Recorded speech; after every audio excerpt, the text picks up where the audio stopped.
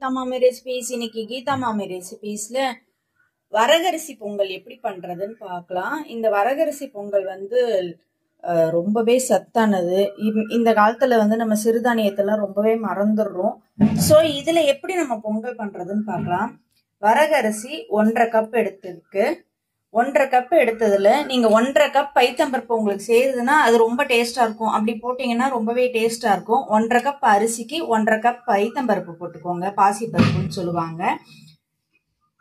மிளகு தாளிக்கிறதுக்கு மிளகு 1 ஸ்பூனு, ஜீரகம் 1 ஸ்பூனு, இஞ்சி, கருவேப்பிலை, முந்திரி பருப்பு, தேவையான அளவு நெய். இப்போ நம்ம அரிசியை நல்லா வாஷ் பண்ணி எடுத்துக்கலாம்.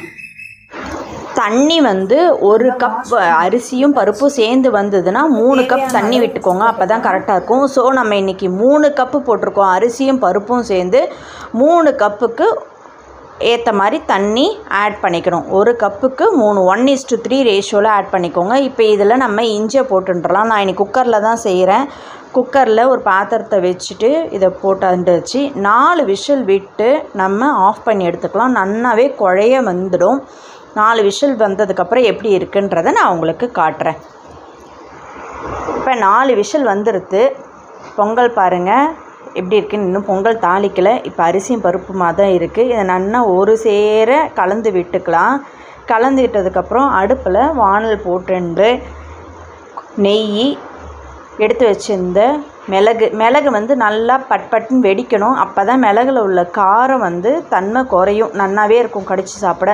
மிளகு, முந்திரி, ஜீரகம், கருவேப்பிலை எல்லாத்தையும் போட்டு முந்திரி பருப்பு நல்லா செவக்க வெந்ததுக்கப்புறம் எடுத்து அதில் கொட்டிட வேண்டியதுதான். இந்த அளவுக்கு நல்லா செவக்க இருக்கட்டும். இப்போ எடுத்து நம்ம அந்த பொங்கலில் கொட்டின்றலாம். கொட்டிட்டு நல்லா ஒன்று சேர கலந்து விடணும். ஏற்கனவே நம்ம உப்புலாம் போட்டாச்சு. இருந்தாலும் நீங்கள் இப்போ கலரச்சே ஒரு வாட்டி உப்புலாம் கரெக்டாக இருக்கான்னு செக் பண்ணிக்கோங்க.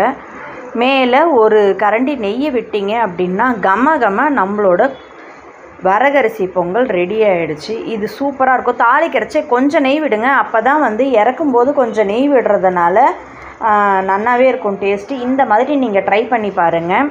நம்மளோட சுவையான வரகரிசி பொங்கல் ரெடி ஆகிடுது. நீங்கள் இதை ட்ரை பண்ணி பாருங்கள். Stay healthy, happy cooking. பாய்.